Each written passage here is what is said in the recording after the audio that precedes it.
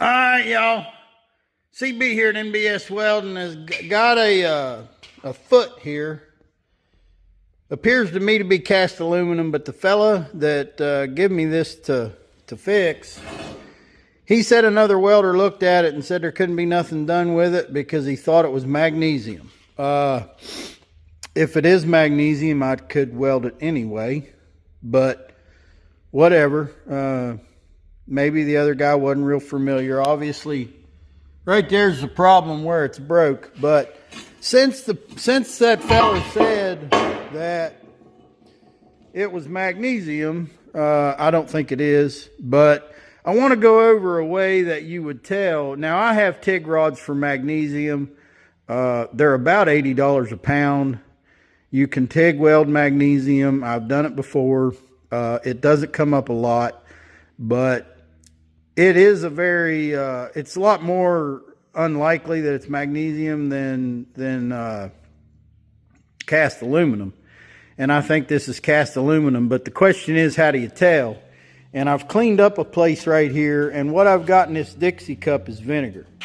And I'm pouring this vinegar on here, and if you look at that vinegar, when it hits that area that I cleaned up, it looks like water. So what's that mean? Well, if that was magnesium, when that vinegar hit that spot, it would look like peroxide. You know how peroxide will turn white and foam up and bubble? That's what vinegar does on magnesium. On aluminum, you put vinegar on clean up a spot like this, put your vinegar on there, and it'll just look like water. And if it does that, it's cast aluminum. So what are we going to do now? Well, we got one hell of a crack of lack in that thing. And it's a very thick part that normally you would I'm going to clean. I think my camera's dirty. When I see a lot of them glowing lights, it's usually that lens is dirty. So what I was talking about as far as grooving that out or beveling it out to get a good weld in it, a burr bit is something I use a lot on cast aluminum. With that big, thick, heavy part, we're going to be using the death wheel. If you follow the channel and you've seen me work aluminum before, you've probably seen me use the death wheel. I don't recommend anybody uses it. It's extremely dangerous. I work aluminum with the death wheel, and I'm going to show you what it is. But like I say, I don't recommend you do it. It hasn't put me in the hospital yet. It someday might. But this is what it is. You see that? That is a 5 3/8 inch metal saw blade with tungsten carbide teeth on a low RPM rotary. So yeah, I've got a saw blade on a grinder, basically, is what I've got here. And like I said, it is a very dangerous tool. I don't recommend anybody uses it, but grinding aluminum is something that it's pretty tough to do. They do sell grinding wheels for aluminum, and they're horrible. If you grind aluminum with the grinding wheels that they make for aluminum, it'll grind the aluminum quite well. They do a good job grinding the aluminum, but they embed their material in your aluminum, and then when you go to weld it, you've got some severely contaminated aluminum to try to weld. The death wheel doesn't do that. I would not run the death wheel on a high RPM grinder. I run it on a low RPM rotary, and we're going to use the death wheel to gouge this out.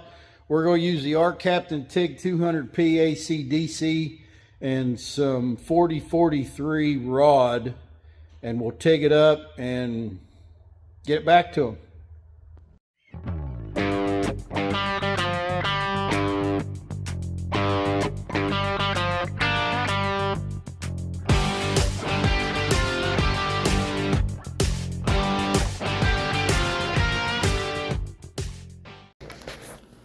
We'll take a look here at what I got, the way I got this beveled out. I don't want to get any weld on the inside of this where it slides, but I want to get it in there pretty deep.